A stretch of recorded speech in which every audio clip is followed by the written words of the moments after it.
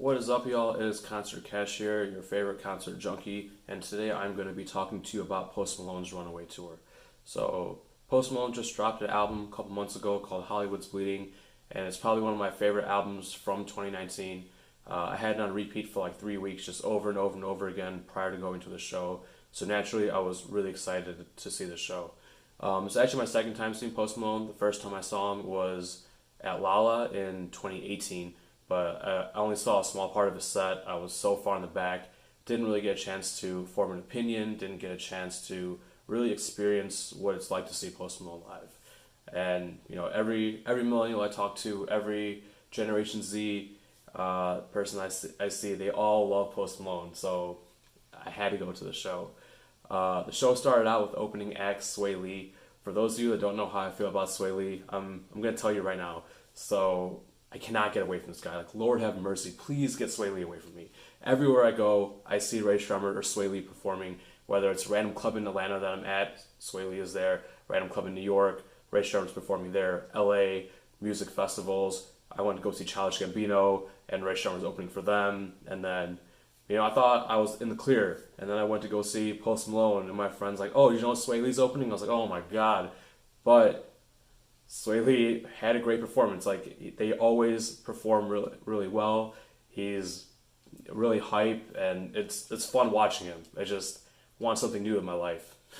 So, he did great, and he did a great job warming the crowd up for Post Malone.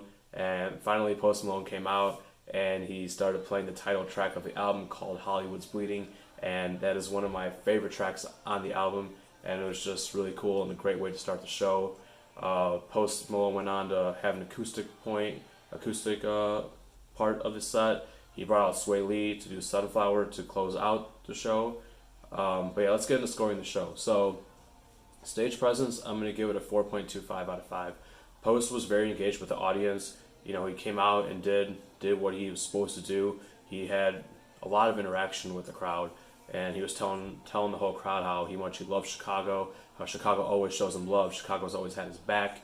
And then, he spent some time talking to the crowd, especially before he performed the song Congratulations, telling him how people told him that he wouldn't be nothing, now they always say congratulations.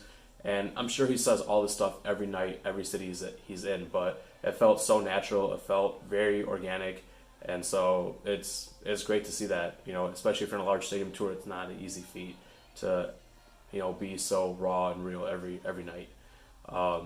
So 4.25 out of 5 for that. Performance quality, I'm giving it a 4.5 out of 5, and I think Post Malone just had a great performance. I mean, he had emotion, he had energy in all his tracks. He took us through moods of sadness and happiness, turn up, triumph, whatever, and it was the whole time. It was just done very well.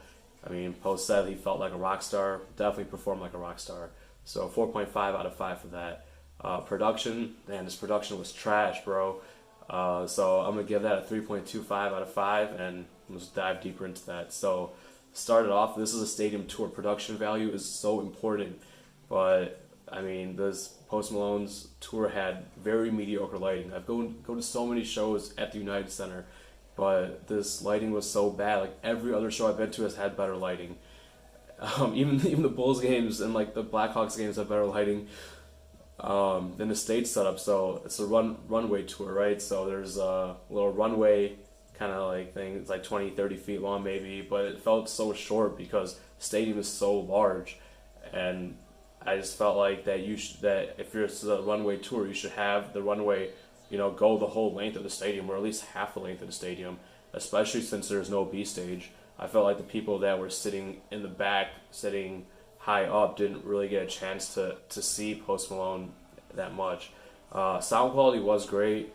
The visuals were aight. They didn't really do anything for me. It didn't make me be like, oh damn, just whatever.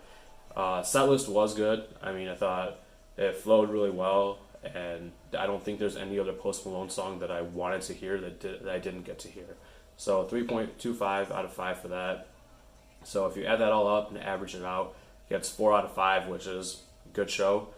Overall, I mean, I definitely enjoyed myself. Once again, like, not trying to be biased, but I really did like the album, and maybe that's why I like the show so much. But this Post is a good live performer, and as far as this tour goes, I think it is worth checking out. But I think you should spend the money and get a decent seat. Like, I don't think you'll enjoy yourself if you're in the nosebleeds, if you're sitting in the 300 level or 400 levels, depending on what kind of stadium you're going to see him in. But definitely we'll see Post again. If you saw him on this Runaway tour, let me know what you guys think in the comments. Thanks a lot, guys.